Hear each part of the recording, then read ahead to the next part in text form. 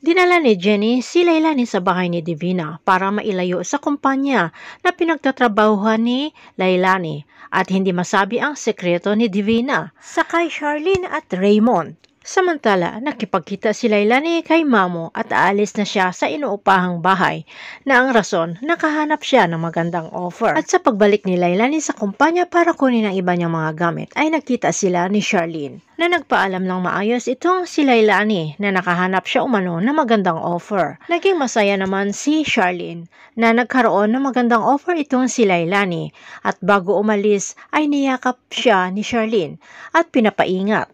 Samantala sa pag-uwi ni Divina sa bahay ay nag-uusap sila ni Lailani tungkol sa anak nito na si Liberty na nandoon sa kay Charlene. Ayon kay Divina, wala siyang pakialam dahil nang ipinagpalit niya ang anak niya sa anak ni Charlene ay tinanggal niya na ang karapatan niya bilang ina. At biglang tumawag naman si Mamo dito sa kay Lailani para ipaalam na nasugatan ang kanyang anak sa nangyaring gulo sa loob ng kulungan. Samantala, nakaligtas nga si Princess sa pang-hostage sa kanya ng preso at sa tulong ni Xavier ay hindi nasaktan itong si Princess kundi si Xavier ang nasugatan. Pero hindi nakaligtas si Xavier sa kanyang GF na dada ng dada lalo na nang nalamang nasugatan si Xavier sa pagligtas dito sa kay Princess. Nag-uumapaw na naman ang selos ni Libby kay Princess na sa pakiramdam ay inaagaw ni Princess si Xavier sa kanya. Samantala nadatna ni Princess ang amang si Dado na balak lumabas ng bahay pero labis ang panginginig dahil nalaman na na-hostage si Princess.